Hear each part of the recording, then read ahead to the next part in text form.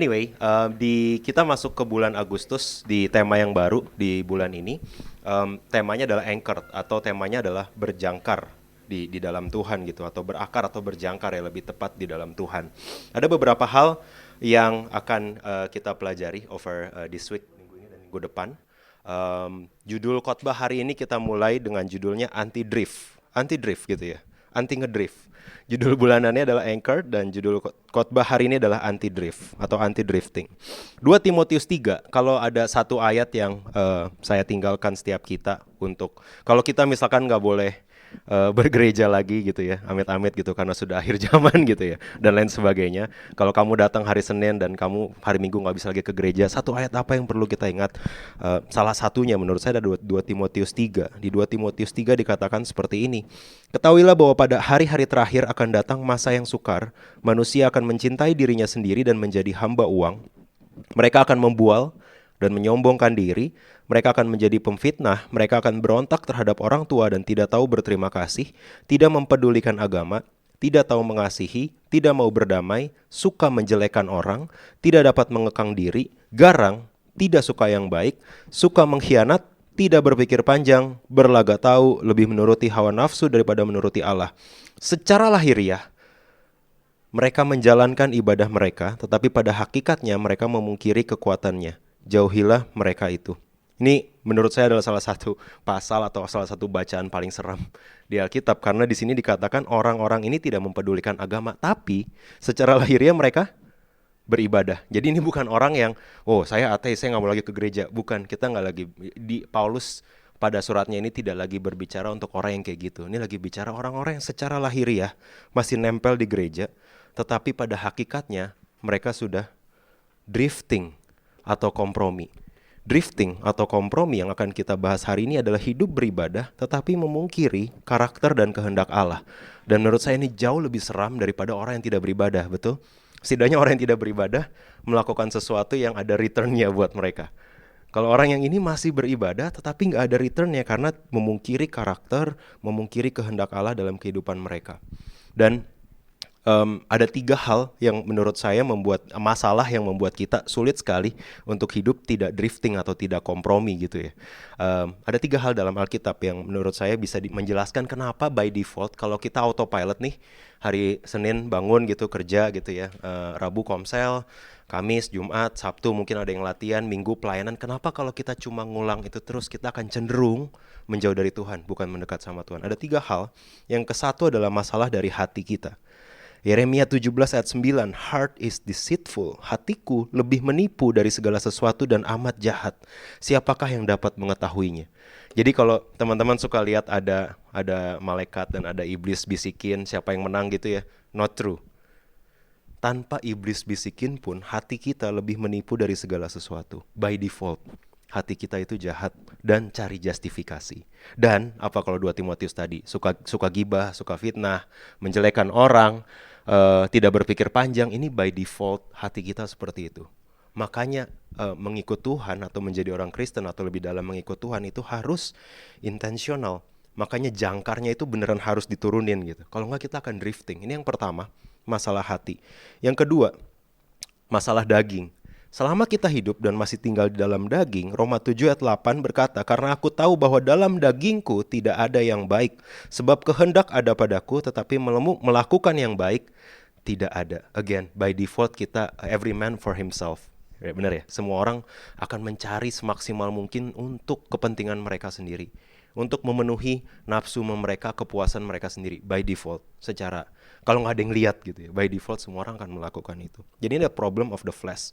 Yang ketiga, yang lebih berbahaya adalah bukan cuma internal, daging kita lemah, hati kita menipu, tapi juga dosa. Karena di Kejadian 4 ayat 7, jika engkau berbuat baik, ya Tuhan lagi berkata kepada Kain, jika engkau berbuat baik tidakkah engkau diterima, tetapi jika engkau tidak berbuat baik, dosa sudah mengintai di depan pintu. Ia mengingini engkau tetapi engkau harus menguasainya. Allah berbicara pada Kain, dosa, sin is crouching. Crouching tuh kayak, for some of you mungkin tahu crouching tiger, hidden dragon gitu ya. Mengintai, bahasa Indonesia mengintai. Ini bedanya dosa sama Yesus, karena Yesus berdiri di depan pintu dan mengetuk. Bener? Kalau dosa mengintai, dia tunggu ada celah, dia akan masuk. Tapi yang namanya mengintai selalu tidak kelihatan. Dosa nggak pernah kelihatan sampai jadi dosa. Jadi dia selalu crouching, menghindar. Enggak, kayaknya nggak dosa, menghindar tipis-tipis gitu ya. Sampai one day tiba-tiba pas kamu lihat, iya ini dosa. Karena bentuknya selalu mengintai, bentuknya selalu crouching, bentuknya selalu berhati-hati, ngumpet-ngumpet, dia akan menyerang kita. Ini yang Allah sudah tulis dari Kejadian gitu. So, what's the problem? Masalahnya adalah kita selalu punya kecenderungan menjauh dari tujuan dan panggilan yang seharusnya kita capai. By default, autopilot. Kalau kita menjalani hidup kita sehari-hari, setiap minggu, Senin, Selasa, Rabu, Kamis, Januari sampai Desember, kita akan semakin menjauh dari tujuan dan panggilan yang seharusnya. Makanya anti-drifting atau anchoring atau berjangkar di dalam Tuhan itu sesuatu yang intensional, sesuatu yang harus serius, yang perlu disiplin, yang perlu dibangun, bukan sesuatu yang autopilot. Sampai sini oke? Ini adalah problemnya. Saya bawa satu cerita dari kitab Daniel 1. Ini berbicara seseorang yang banyak sekali kita bisa belajar anti-drift dari orang-orang ini. Saya bacain dulu Daniel 1 ayat 3-8. Ceritanya, singkat cerita, Yerusalem kalah, Babylon menang dengan raja yang sangat terkenal, Nebukadnezar, you should know. Dia, kalau kamu suka sejarah, waktu SD diajarin dulu ada 7 wonders di masa ancient, salah satunya adalah taman gantung di Babilonia. That's exactly istananya Nebukadnezar gitu ya. Jadi dia mengalahkan Yerusalem, beberapa orang yang pintar dibawa. Raja bertitah kepada Aspenas. Aspenas itu Lord Varis gitu ya buat dia. Gak apa-apa kalau gak tahu. Aspenas kepala istana, chief of staff, chief eunuch, kepala orang Kasim yang ada di istananya, untuk membawa beberapa orang Israel yang berasal dari keturunan raja dan dari kaum bangsawan, yakni orang-orang muda yang tidak ada sesuatu cela, berperawakan baik, memahami berbagai hikmat, berpengetahuan banyak, dan mempunyai pengertian tentang ilmu, yakni orang-orang yang cakap untuk bekerja dalam istana raja, supaya mereka diajarkan tulisan dan bahasa orang Kasdim. Kasdim ini satu tribe, satu area di selatan Babilonia. Dan raja menetapkan bagi mereka pelabur setiap hari dari santapan raja dan dari anggur yang biasa diminumnya. Mereka harus dididik selama 3 tahun dan sesudah itu mereka harus bekerja pada raja, LPDP lah ya, kayak gitu kira-kira ya. Ayat 6. Di antara mereka itu ada juga beberapa orang Yehuda, yakni Daniel, Hananya, Misael, dan Azaria. Pemimpin pegawai istana itu, Aspenas tadi ya, memberi nama lain kepada mereka. Daniel dinamainya Beltsazar, Hananya dinamainya Sadrak, Misael dinamainya Mesak, dan Azaria dinamainya Abednego. Daniel berketetapan untuk tidak menajiskan dirinya dengan santapan raja dan dengan anggur yang biasa diminum raja. Dimintanyalah kepada pemimpin pegawai istana itu supaya ia tidak usah menajiskan dirinya. Maka Allah mengaruniakan kepada Daniel kasih dan sayang dari pemimpin pegawai istana itu. So, kalau kita lihat di sini ada beberapa prinsip yang kayaknya ada beberapa hal Daniel dan teman-temannya ngalah. Ada hal yang dia nggak ngalah, bener gak? Kesatu, dia disuruh belajar untuk tulisan dan bahasa orang Kasdim. Jadi dia di antara para eunuch gitu ya, para orang Kasim, dia diangkat di situ. Jadi pegawai istana yang pinter-pinter gitu ya. Dan dia diajarin harus belajar hikmat, belajar pengetahuan orang Kasdim atau orang Chaldeans. Dan that's fine buat dia, gak apa-apa. Karena dia tahu, karena kalau kamu baca terus, dia masih punya saat teduhnya dia. Jadi buat dia gak apa-apa belajar hal baru selama dia masih punya root, punya akar yang tepat, gak apa-apa. Kedua, dia dikasih nama baru. Nama it's a bit everything back then. Gitu. Kalau hari ini kan bisa ditentuin ya, saya nggak mau dipanggil he gitu, saya maunya she atau they gitu kan ya. Back then tidak seperti itu, oke? Jadi nama itu adalah sejenis kayak everything, nama adalah doa gitu di zaman itu. Dan ketika dikasih nama baru, ini actually dikasih identitas baru. Dan kita nggak melihat Daniel protes dengan nama baru. Karena dia tahu identitas dia siapa, benar gak? Karena dia tahu sebagai orang Israel, sebagai umat pilihan Tuhan, dia tahu identitas dia sehingga dia nggak protes. Tapi ketika dia dikasih makan, ketika dia disuruh makan makanan raja, dia protes dan dia bilang, "Can I skip that? Saya berketetapan hati untuk tidak menajiskan diri saya." Dan dia bilang bahwa no, yang this one, yang ini saya nggak akan nerima, saya nggak akan kompromi. Buat kita paham, yang pertama anti-drifting dimulai dengan hikmat membedakan mana yang aksesoris dan mana yang esensi. Daniel tahu apa yang esensi buat dia. Dia pegang kitab Taurat, dia tahu di awal ada manusia yang namanya Adam dan Hawa yang jadi najis karena makan sesuatu, benar? Benar? Jadi di sini dia untuk kitab yang dia pegang dia bilang, "No, saya tidak akan menajiskan diri saya karena makanan itu lebih dari sekedar makanannya nggak halal." Of course, bangsa Yahudi punya makanan halal dan makanan haram. Makanannya tentunya mungkin tidak halal, dan di zaman itu sama kayak yang kita tahu sekarang ya, banyak dari makanan itu dipersembahkan ke dewa-dewa. Pernah lihat kan, kayak di kuburan gitu, dipersembahkan terus dimakan bareng. Ini adalah sesuatu yang menunjukkan tunduk kepada dewa tersebut. So Daniel kind of make a stand. No, this one tidak akan saya makan. Ketiga, makan makanan ini implies dia sharing cultural systemnya Babel, dan itu yang dia tidak mau. Saya tinggal di sini, saya dipaksa masuk ke Babel, tapi saya nggak akan biarkan Babel masuk ke saya. Got it? Dia nggak bisa pilih dia dibuang apa nggak dibuang. Tapi dia bisa pilih, dia bisa ada di Babel, tapi dia nggak izinkan Babel masuk ke dalam dia. This is why prinsip pertama, Daniel mengerti membedakan mana yang aksesoris dan mana yang esensi. Kalau dia kompromi, pertama komprominya gampang ya. Pertama kompromi, ya belajar tulisan orang Kasdim. Kedua kompromi namanya diganti, iya nggak apa-apa. But this one kompromi, makan bareng gitu. Ini udah disiapin juga buat gua juga, nggak dosa juga, gua nggak bunuh, gua nggak mencuri, ini memang buat gua, bener? Tapi dia nggak kompromi, dia tahu yang esensi, dia tidak boleh menajiskan dirinya. Dan makanan ini seperti saya sampaikan tadi, it's more than just makanan. Ini adalah dia tidak mau masuk, dia tidak mengizinkan Babel masuk ke dalam dia, meskipun dia ada di dalam Babel. Itu yang pertama, anti drifting. Dimulai dengan hikmat, membedakan mana yang saya masih bisa bertahan dengan firman Tuhan di dalam saya, mana yang no, this one saya pasti kalah. Bukankah itu yang biasanya jadi pertempuran kita tiap hari?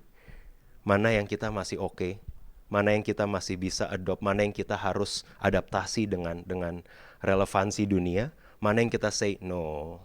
Kayaknya kalau ini udah menyeberang dari conviction, dari nilai-nilai saya sebagai pengikut Tuhan. So itu prinsip yang pertama. Prinsip yang kedua ada di ayat 8. Daniel berketetapan untuk tidak menajiskan dirinya. Dan teman-teman, ayat ini sebelum dia ngelihat santapan yang ada di meja. Kebayang gak maksudnya? Kan wajar, dia udah ke meja, terus kayak kurang suka gitu kan. Saya berketetapan hati, tidak akan makan ini. Karena saya nggak suka. My point adalah, untuk bisa anti drifting itu ditetapkan sebelum godaannya datang. Bukan godaannya pas di depan mata. Karena kalau kamu kayak saya, kalau godaannya sudah di depan mata, most of the time kita akan kalah. Nangkap? So anti drifting ini atau tidak komprominya si Daniel ini dia tetapkan sebelum dia datang dan melihat makanan raja. Dia bukan bilang saya mau sayur aja karena ini makanannya saya laktos intoleran itu. Ini banyak susunya, kejunya, saya nggak bisa. Dia nggak kayak gitu. Ini nggak based on personal preference. Dia menetapkan hatinya, dia tidak akan menajiskan dirinya sebelum dia lihat makanannya.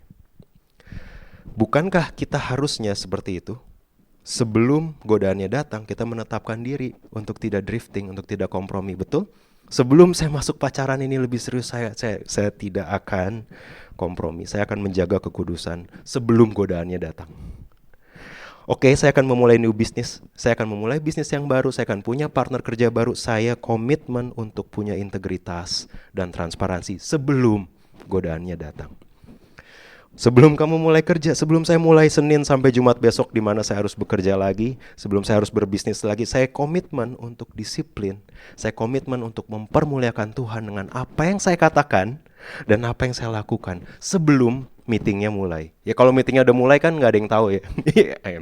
Kalau kamu kayak saya kayak apa sih ini orang nyebelin banget gitu kan. Sebelum semuanya itu, berketetapan hati itu di awal. Kenapa? Untuk sebagian besar dari kita, waktu terbaik mendeketin diri sama Tuhan tuh di pagi hari. Karena kita commit our life to the Lord before meeting-meeting dan klien-klien yang nyebelin itu mulai bicara sama kita. Got it? So ini prinsipal kedua, anti drifting ditetapkan sebelum godaannya datang. Kalau godaannya datang biasanya sudah terlambat. Oke? Lanjut. Di Daniel 1 ayat 12 saya lanjutkan yang berikutnya ya. Masuk ke prinsip yang ketiga. Adakanlah percobaan dengan hamba-hambamu ini, kata Daniel. Selama 10 hari dan biarlah kami diberikan sayur untuk dimakan dan air untuk diminum. Sesudah itu bandingkanlah perawakan kami dengan perawakan orang-orang muda yang makan dari santapan raja. Kemudian perlakukanlah hambamu ini sesuai dengan pendapatmu. Didengarkanlah permintaan mereka itu sama si Asfenas tadi. Lalu diadakanlah percobaan selama 10 hari. Setelah lewat 10 hari ternyata perawakan mereka lebih baik. Mereka kelihatan lebih gemuk daripada semua orang muda yang telah makan dari santapan raja. Back then lebih gemuk is better. Hari ini aja yang salah gitu ya.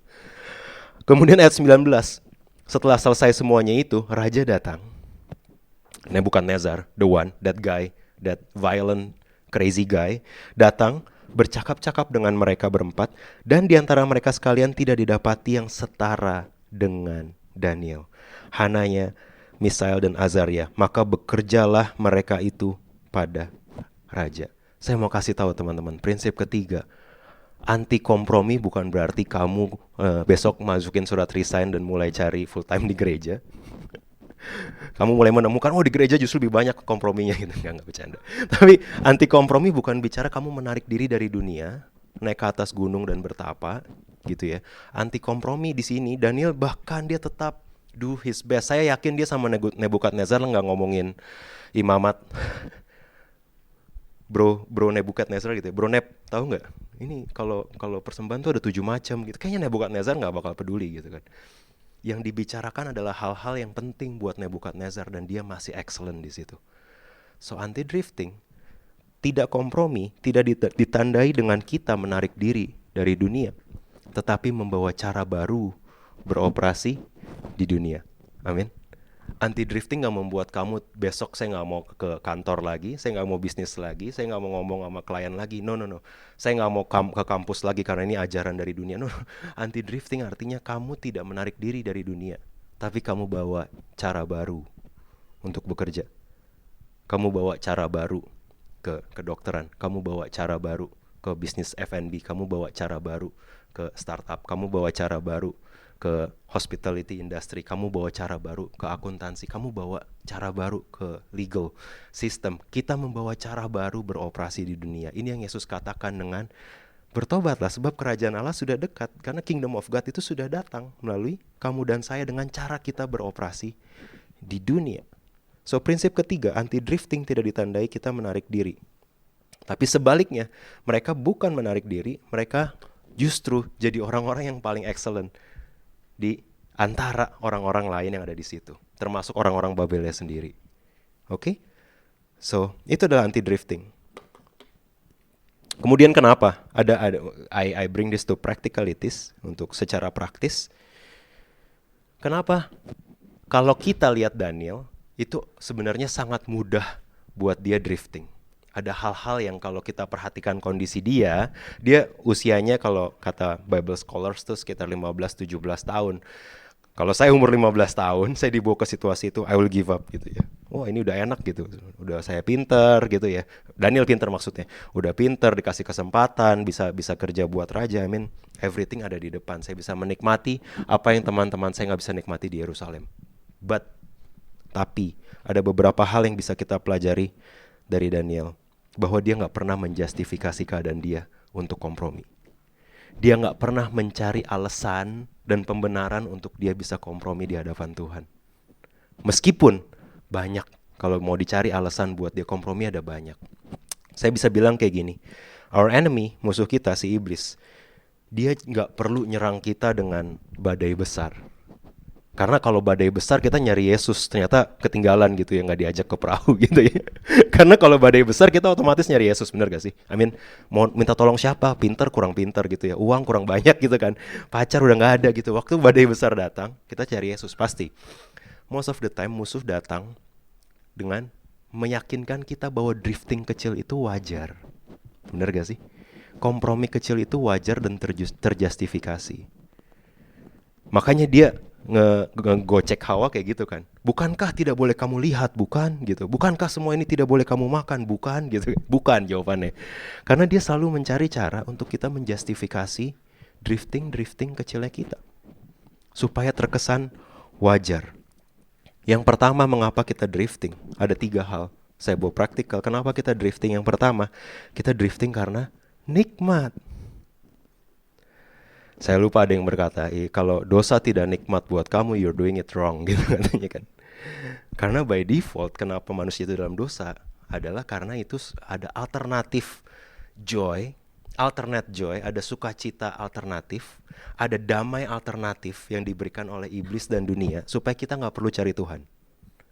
That's why we human fall for sin. Kenapa kita berdosa? Karena kita cari pleasure, karena kita mencari kenikmatan. Untuk bisa menikmati apa yang dunia tawarkan, terutama saat tidak ada konsekuensi. Nah, kalau teman-teman perhatiin, si Daniel ini punya banyak alasan untuk dia ngalah aja dan makan, bener gak sih? Kesatu, Nebukadnezar itu bukan presiden demokrasi gitu ya. Jadi kalau dia anytime dia bilang ini ada yang nggak mau makan, ya udah potong aja gitu, bunuh aja. Kamu kalau baca di Daniel 2, Nebukadnezar panggil semua orang pinternya dia, terus dia bilang apa? Terjemahkan mimpi saya semalam yang saya nggak kasih tahu ke kamu. Gila lu bos, gitu kan ya? Serius kalau kamu baca di Daniel 2, terjemahkan mimpiku semalam, but I won't tell you. Kalau kamu beneran ahli nujum, tahu dong mimpi saya apa. Dan hampir dibunuh semua sampai Daniel diberikan hikmat dari Tuhan dan favor dari Tuhan. Long story short, kalau kita ada di posisi Daniel, bukankah mudah kita mencari justifikasi? Ya, kalau enggak saya mati. Rencana Tuhan besar buat saya harus ngalah dikit dengan makan makanan raja yang kebetulan enak. Udah saya ngalah deh, saya makan makanan enak ini gitu kan. We drift for pleasure. Kedua, kalau teman-teman ingat, Daniel ini nggak semuanya dibawa ke pembuangan. Yang dibawa cuma anak-anak yang pinter, cuma mereka yang punya bright future.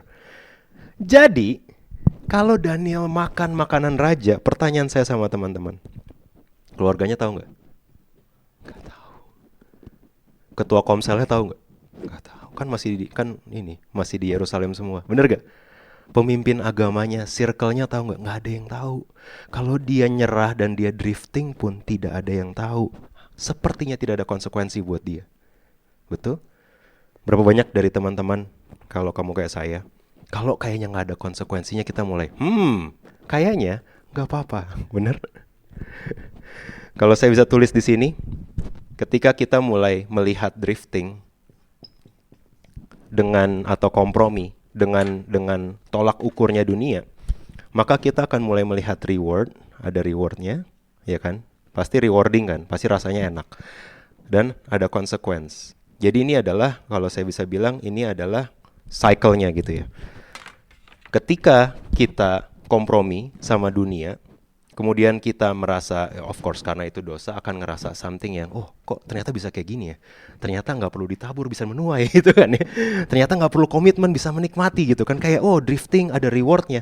Dan ketika kamu lihat konsekuensinya tidak besar, apa yang terjadi? Kita akan drifting lebih jauh, bener gak sih? Ya, cuma saya mungkin yang, ya. Ketika kita mencoba sedikit dosa kecil, kemudian rewardnya bagus, konsekuensinya hampir nggak ada. Yang kita lakukan drifting lebih jauh, dan kita ada di sistem dunia di mana dunia jatuh dalam dosa. Sehingga saya bisa bilang sama kamu, konsekuensinya makin lama akan semakin kecil. I will explain. Jadi gini, ketika kamu anggaplah kamu kamu naik mesin waktu, kamu lahir di tahun 30, kamu lahir dari keluarga yang mengikuti Yesus, dikejar-kejar sama orang Roma gitu. Kamu tahu, kalau kamu kalau kamu berdosa gitu ya, kalau kamu misalkan menjauh dari Tuhan, atau kalau kamu misalkan kalau kamu misalkan berzinah gitu, misalkan ya, di hukum Taurat tuh tertulis gitu, harus dibawa keluar kota, terus dirajam. Konsekuensinya besar. Hari ini apakah ada konsekuensinya? Konsekuensinya semakin kecil ketika seluruh dunia melakukan hal yang sama. Dan ini yang berbahaya, karena kok semakin rewarding tapi konsekuensinya semakin kecil. Kalau saya bisa bilang bahwa bentuk kita hidup di dunia yang semakin lama, of course dosa itu akan semakin dijustifikasi. Dosa dan keinginan itu, it's just who you are. Orang Kristen harusnya nerima kamu apa adanya, betul? Katanya Allah mengasihi, kok mengasihinya pilih-pilih. Akan sangat mudah kita mulai berantakan dan berpikir, iya juga ya, kalau saya drifting, ada rewardnya, konsekuensinya juga kecil. Nah, satu hal yang saya mau break di sini adalah kalau kita sebagai orang Kristen, sebagai orang percaya, kita menjauhi dosa cuma karena konsekuensi, semakin lama akan semakin sulit karena konsekuensinya akan semakin kecil. Trust me. Untungnya negara kita ketuhanan yang Maha Esa gitu. Kalau kamu lihat negara-negara tetangga aja di sekitar Asia Pasifik, bener? Bukankah hal-hal yang dianggap tadinya dianggap tabu, hari ini mulai dianggap normal? Ada beberapa, kalau kamu googling dengan cepat, beberapa gereja mulai memberkati pernikahan homoseksual, bukan? Konsekuensinya akan semakin kecil. Konsekuensinya akan semakin kecil, tapi rewardnya akan, ini yang membuat kita nggak selesai-selesai dari drifting. Saya mau kasih satu alternatif, satu pemikiran. Kalau kamu berdosa cuma karena takut konsekuensi, kalau kita drifting cuma karena takut konsekuensi, semakin lama akan semakin drifting. Semakin lama akan semakin sulit kita berakar di dalam Tuhan atau berjangkar di dalam Tuhan. I'll give you an alternative. Apa yang Yesus lakukan? Ketika Yesus kesel, ketika Yesus capek, ketika Yesus habis melakukan mujizat besar, ada kemungkinan dia drifting. Ada kemungkinan kalau kamu lihat dia nggak selalu kayak, oh pelayanan 24 jam, 7 hari gitu ya, nggak stop-stop. Enggak.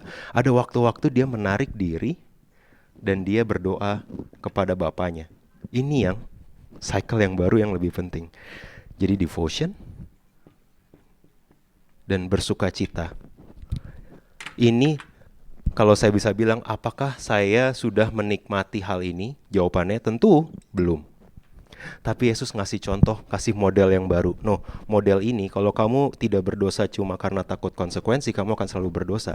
Tapi Yesus kasih model yang baru. Ketika dia capek, ketika dia exhausted, ketika dia habis melakukan hal besar, dia biasanya menarik diri, benar? Kemudian dia berdoa kepada Bapaknya. Di situ Mazmur yang berkata, kecaplah dan lihatlah betapa baiknya Tuhan itu. Karena taste and see, kecaplah dan lihatlah, ini cuma bisa dilihat kalau ada di sini. Bener gak sih? Siapa dari kamu yang menikmati, aduh udah pagi waktunya gue sate gitu kan? Yes Tuhan, satu teduh lagi. Itu yang ada di sini tuh kayak gitu. Makanya taste and see, kecaplah dan lihatlah. I believe ketika kita, kamu dan saya terutama, belum menikmati ini karena saya belum mengecap dan menikmati secara langsung betapa refreshingnya balik dekat sama Tuhan setiap pagi. Got it? Jadi taste and see how good God is. Di Mazmur dikatakan kayak gini. Mazmur 37 ayat 4. Delight yourself in the Lord, taste and see that the Lord is good. Delight yourself in the Lord and He will give you the desires of your heart. Ketika kamu taste and see, ketika kamu mengecap kebaikannya Tuhan, ketika kamu bersuka cita karena kamu di dalam Tuhan, Dia akan memberikan kepada kamu the desire of your heart. Apa yang kamu pengen akan Dia berikan. Karena kamu udah mengecap dan tahu Tuhan, apa yang kamu inginkan akan diberikan. Karena yang kamu inginkan akan mulai align sama apa yang Dia inginkan. John Piper, salah satu theologian, bilang kayak gini, God is most glorified in us ketika kita menjadi garam, menjadi berkat, dan menjadi dampak, menjadi direktur, menjadi CEO. Is that? Apakah Tuhan dipermuliakan ketika gereja kamu besar? Apakah mungkin, saya nggak bilang enggak. Apakah Tuhan dipermuliakan ketika bisnis kamu maju? Mungkin. Apakah Tuhan dipermuliakan ketika kamu promosi terus sampai strata tertinggi di perusahaan kamu? Mungkin. Tapi yang pasti Tuhan glorified the most di dalam kita ketika kita menemukan satisfaction di dalam Dia. Ini yang John Piper tulis, dan menurut saya beberapa kali dengar ini dan baca ini until saya dapat insight-nya atau saya dapat pewahyuannya bahwa hey, ketika kenikmatan Merik sehari-hari yang paling puncak itu didapati ketika bersama Tuhan, maka Tuhan dipermuliakan. Gak apa-apa dia belum promosi, gak apa-apa gerejanya gak gede, gak apa-apa bisnisnya berantakan, gak apa-apa, karena God is most glorified in us when we are most satisfied in Him. Ketika kamu dan saya sudah menemukan delight-nya, menemukan nikmatnya hidup sama Tuhan, then I would say sisanya bakal ngikut. hal-hal lainnya bakal ngikut. Contoh. Yang kedua, saya akan kasih kamu contoh. Kenapa ketika delight in the Lord, maka Tuhan akan memberikan desire of the heart, dan ini prinsip yang Tuhan tidak bohong gitu.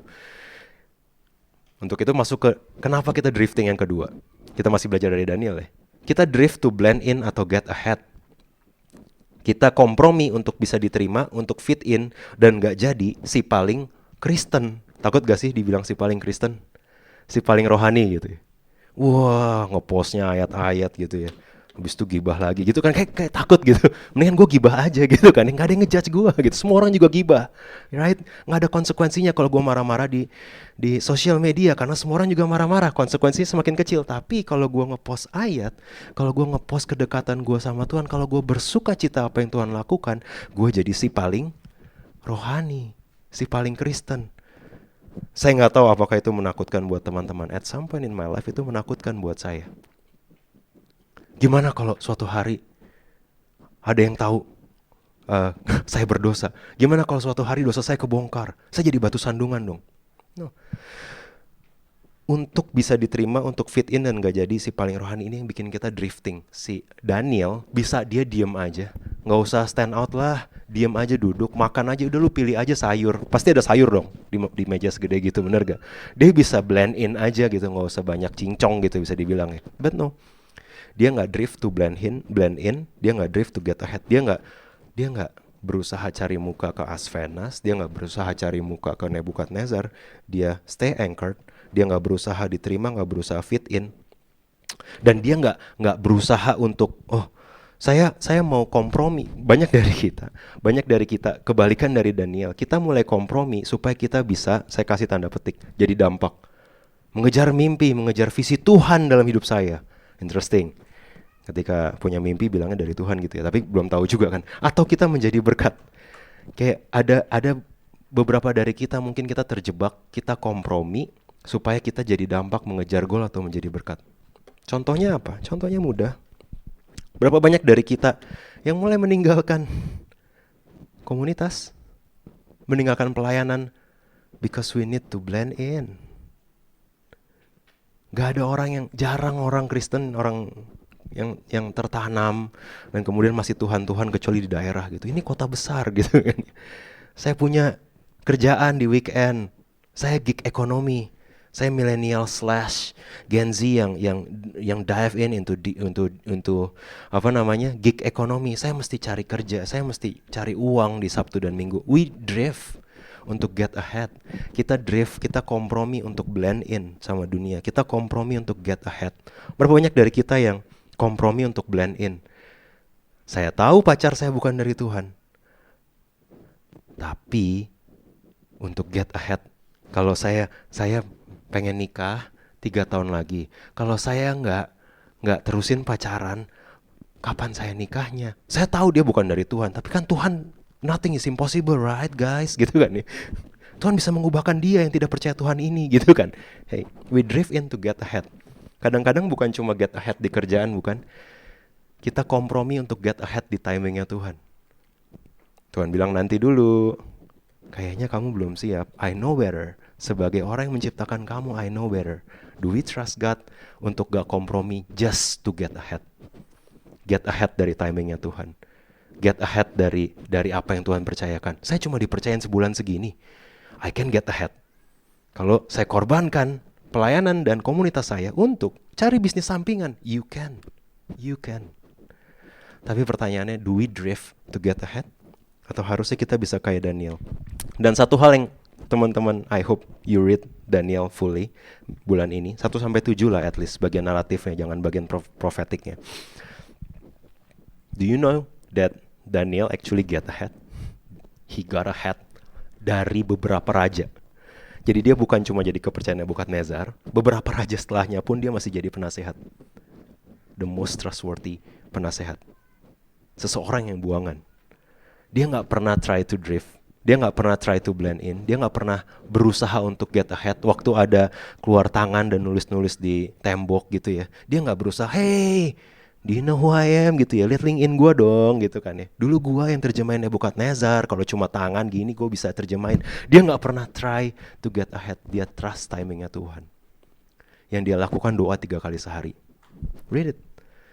Dan dia percaya kalau Tuhan mau dia get ahead, Tuhan akan berikan dia get ahead. Dan you know what? God favor sama dia. Bukan cuma Nebukadnezar dia nggak dibunuh. Actually kalau kamu baca Nebukadnezar, buat si Daniel nggak dipenggal itu udah achievement, achievement unlock, nggak dipenggal sama Nebukadnezar itu udah achievement. Bukan cuma itu, dia beberapa raja dia tetap jadi the most trustworthy yang ada di istana. So, saya bisa bilang bahwa di dunia modern ini, Rick Warren bilang ada 2 kebohongan besar yang membuat kita suka kompromi. Kesatu, tidak setuju artinya membenci. It's not true. Hanya karena kita tidak setuju ideologi tertentu bukan berarti kita membenci orang-orangnya. Betul? Dan mengasihi bukan berarti setuju. Katanya orang Kristen. Tapi kok ngejudge? Wait. Orang Kristen itu mengasihi, dan dalam bagian dari mengasihi adalah tegur satu sama lain, itu adalah bagian satu paket dari mengasihi. So, satu kebohongan besar adalah ketika kita melihat kalau saya nggak setuju sama pandangan tersebut, artinya saya nggak jadi orang Kristen. Saya membenci orang lain. No. You hate the sin. You're not hating the sinners. Kemudian kalau saya mengasihi orang lain, artinya saya harus setuju sama tindakan dia. That also wrong. Karena hanya karena kita mengasihi dan Tuhan memerintahkan kita mengasihi semua orang, bukan berarti kita harus setuju dan kompromi. Oke? Roma 12 ayat 1 dan 2 bilang apa? Roma 12 ayat 1 dan 2 bilang bahwa be transformed by the renewal of your mind. Jadilah biar kamu diperbaharui dengan pembaharuan budimu, supaya kamu gak jadi serupa sama dunia. So, kalau saya bisa bilang untuk drifting to blend in atau get ahead, pertanyaannya mudah. Seberapa apakah kamu drift in untuk blend in? Apakah kamu drift untuk blend in? Apakah kamu kompromi supaya bisa blend in dengan dunia? Ada satu hal yang Tuhan ingetin saya, dan Tuhan tegur saya actually. Kalau teman-teman tahu, saya nggak pernah tulis nama saya di Spotify or YouTube or whatever yang ada di New Life Community. Saya nggak pernah. By design, karena saya nggak mau nama saya ada di luar sana. Apa yang Tuhan mau kerjain silakan gitu, tapi saya nggak mau nama saya ada di luar sana. Untuk alasan yang saya belum tahu sebenarnya, tapi saya nggak mau aja nama saya ada di luar sana. Sampai suatu ketika saya, kalau teman-teman tahu ada ibadah pria gitu ya di umum, dan kemudian mereka post YouTube dengan muka saya dan judul khotbah gitu di thumbnailsnya gitu. Jadi anyone now kalau search Merrick Jonathan di Google itu langsung puk gitu ya, pendeta gitu kan ya. Nggak pendeta, disebut bro, Merrick Jonathan, bro gitu ya. Tapi jadi teman-teman bisa bayangin kalau saya lagi meeting di kantor gitu ya, kalau saya lagi meeting sama vendor, anyone yang look up my name yang keluar adalah khotbah saya. Wow, I don't want that gitu kan ya. Tapi pertanyaannya, waktu saya siapin ini, pertanyaannya, kenapa saya takut? Kenapa saya menghindari itu? Apa yang saya takutkan? Bukankah kalau Tuhan menyentuh kehidupan Merrick, bukan cuma kehidupan dia di NLC, tapi kehidupan dia di mana-mana juga? Betul?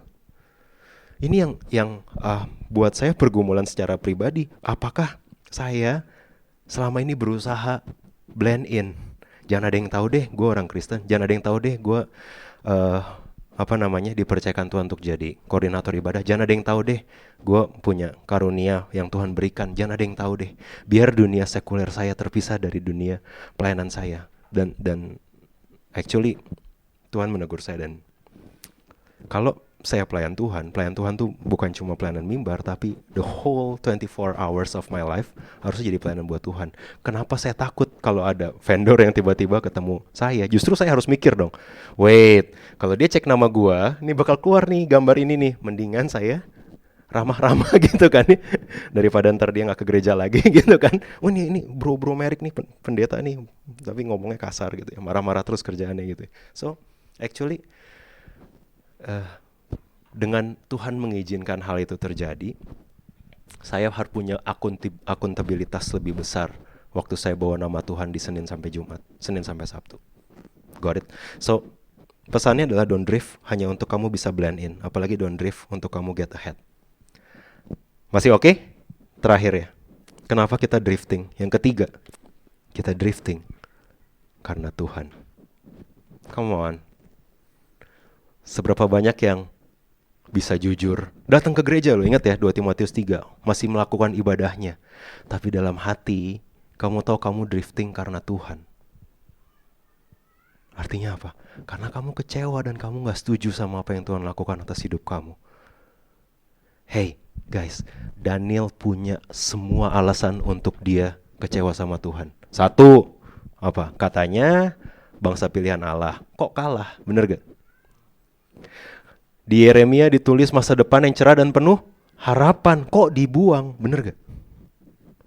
Dia punya ratusan alasan. Nih Tuhan yang saya baca di Taurat nih, saya sampai dibuang kayak gini. Dia punya rencana, I don't know. Dia anak 15 tahun, dia punya mimpi, dia punya rencana. Dia ditarik dari keluarganya, dia ditempatin di asimilasi sama Babilonia. Dan bukankah Daniel punya alasan untuk drifting? Karena dia kecewa sama Tuhan. Mana Tuhan yang berjanji? Mana Tuhan yang tiang awan dan tiang apinya melindungi my ancestor atau pendahulu saya? Mana Tuhan yang katanya punya merancangkan masa depan yang baik? Mana Tuhan yang katanya mereka-rekakan yang baik? Kok dia ada di Babilonia? Kok dia ada di Babel? Hey, I know. Entah kenapa Tuhan kasih poin ketiga ini lebih dalam waktu saya persiapan. I don't know berapa banyak di antara kita yang dengar ini. Kamu gak bakal ngomong sama saya kayak gitu dong. Gak mungkin kan? Mer, kayaknya gue drifting deh, soalnya gue kecewa sama Tuhan. I mean, it's good kalau kamu bisa sejujur dan setransparan itu. But you know in your heart, ada beberapa rencana Tuhan yang kamu gak setuju. Ada beberapa kedaulatan Tuhan yang kamu masih pertanyakan. Kenapa ya? Tuhan yang saya dengar di hari Minggu kok beda sama apa yang saya alami di hidup saya. And we are drifting. Kita kompromi karena Tuhan mengecewakan kita. Atau sebaliknya, kita drifting karena kita mengecewakan Tuhan. Saya gak bakal. Saya ke gereja, tapi saya gak mau serius-serius amat sama Tuhan. Karena dosa saya terlalu besar. Saya udah berapa kali ngecewain Tuhan. Saya udah berapa kali menghujat nama Tuhan. Tuhan pasti jijik sama saya. You know what? Kita drifting karena Tuhan. Either karena kita mengecewakan Tuhan atau karena Tuhan mengecewakan kita.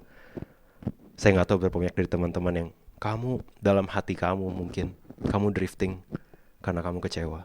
Kamu drifting karena apa yang kamu alami tidak seindah yang kamu baca di Alkitab. Saya mau kasih satu prinsipal yang saya lihat, yang saya amati di Alkitab dan saya alami sendiri. Teman-teman, bukankah pengenalan akan Tuhan selalu terjadi di tengah doubt and disappointment? Kalau saya tanya sama teman-teman, kapan di Ayub berapa dia bilang kayak gini, selama ini aku mendengar tentang Engkau Tuhan, sekarang aku tahu Engkau lah Tuhan. Pertanyaan saya, itu pas Ayub kaya atau pas dia hancur? Dia ngomong kayak gitu, pas dia hancur. It's an invitation. Semua kekecewaan yang Tuhan izinkan, semua keraguan, semua iman yang mati yang Tuhan mungkin izinkan, itu ada invitation untuk mengenal Tuhan lebih baik. Isn't that good? That's the good news. Abraham, saya bisa bilang dari semua hidupnya Abraham, kapan menurut saya secara pribadi, menurut saya dia mengenal Tuhan lebih dekat dan Tuhan di hubungan yang paling dalam sama Tuhan. Menurut saya bukan pas Ishak atau Ismail lahir, tapi waktu dia bawa Ishak ke atas gunung Moria dan dia ready untuk mempersembahkan Ishak. Dia bingung, kok Tuhan yang saya sembah mirip sama Tuhan lain. By the way, so that you know, Allah-Allah lain di daerah situ wajar mempersembahkan anak kamu untuk dewa tuh something yang common gitu. Jadi buat dia, saya pikir Tuhan ini beda. Ternyata sama, udah punya anak disuruh persembahin sampai dia bawa dan Tuhan bilang apa? Stop. I know your heart. Gila ya. Sekeren itu Tuhannya kita, sekeren itu Tuhannya Abraham. Musa. Kapan Musa dapat invitation personal dari Tuhan? Pas dia jadi diangkat sama anak Firaun, pas dia lagi comfort di istana Firaun? Enggak. Pas dia bunuh orang Mesir dan dia harus kabur supaya nggak ketahuan dia yang bunuh. Dalam fugitif, waktu dia jadi fugitif, dalam pelarian dia, waktu dia lagi ngumpet di tengah wilderness supaya nggak ada yang tahu dia siapa, Tuhan invite dia di sana. Apa Mazmur paling kerennya Daud? Mazmur 51. Mazmur yang paling transparan dan paling jujur dari semua gitu ya. And why? Kapan itu terjadi? Waktu Nabi Nathan menegur dia. Hey, that's you. Kamu yang merebut domba milik tetanggamu cuma karena kamu gak mau potong domba kamu sendiri. So, saya lihat pattern ini di Alkitab. Ketika Tuhan izinkan kita kecewa, atau ketika Tuhan izinkan external factor bikin kita kecewa, that's an invitation. Itu adalah sebuah undangan untuk mengenal Tuhan lebih dalam. Kamu gak bisa dengar Tuhan lebih dalam cuma dengan duduk dingin, wangi, dan dengar khotbah yang enak buat kuping. Kamu gak. Kamu kenal Tuhan lebih dalam waktu kamu ada di deep doubt, ada keraguan. Kok beda yang gue dengar sama yang gue alami? Waktu kamu disappointed, Tuhan pernah gak di posisi itu? Kalau kamu cukup tua kayak saya, kamu pernah di posisi itu. Tuhan, gue gak minta, bener ya? Tuhan yang buka pintunya. Pas saya mau masuk, ditutup di depan muka saya gitu kan ya. Saya pernah teriak sama Tuhan dan saya bilang kayak, Tuhan, saya gak pernah minta. Kenapa sepertinya kamu bukain pintu, tapi kemudian pas saya mau ambil, kamu tutup pintunya? Saya pernah ada di state yang kayak gitu. Saya mau bilang sama teman-teman semua, bukankah di waktu-waktu itu adalah invitation buat kita mengenal Tuhan? Saya tutup dengan ini. Waktu Yesus datang, dia tidak menyingkapkan Allah yang bisa kita mengerti. Waktu Yesus datang, dia menyingkapkan Allah yang bisa kita percaya. Amin. Ada buktinya, ada di atas salib. Even Jesus cannot understand God's plan. Waktu dia bilang, Eli, Eli, lama sabachthani, Bapakku, mengapa engkau meninggalkan aku? Even Jesus tidak 100% dia mengerti di waktu dia jadi manusia dan apa yang dia kasih lihat ke kita. Tapi satu hal yang diajarin sama kita apa? You know, you cannot understand God. You cannot understand His will. You cannot understand kedaulatannya Tuhan. Kamu gak bisa ngerti rancangan Tuhan. Kamu gak bisa ngerti timing Tuhan. One thing you can trust adalah karakter Tuhan. Amin. Kamu tahu dia bisa dipercaya, and that's good enough. Amin, teman-teman. Kamu nggak tahu timingnya, saya boleh panggil jemput tim PW untuk maju ke depan. Kamu mungkin nggak tahu timingnya, kamu mungkin nggak tahu kenapanya, kamu mungkin nggak akan pernah tahu kenapanya, and that's fine. Karena Yesus menyingkapkan Allah yang bisa dipercaya, bukan Allah yang bisa dimengerti. That's why. Yuk kita anti drifting. Yuk kita anchoring sama Tuhan. Jangan terlena dengan dosa cuma karena sepertinya konsekuensinya makin lama makin kecil, teman-teman. Jangan terlena karena dosa cuma karena kok kayaknya makin lama makin wajar. Jangan kompromi dengan dosa cuma karena everybody else does it. Semua yang pacaran juga begitu, kenapa gua enggak?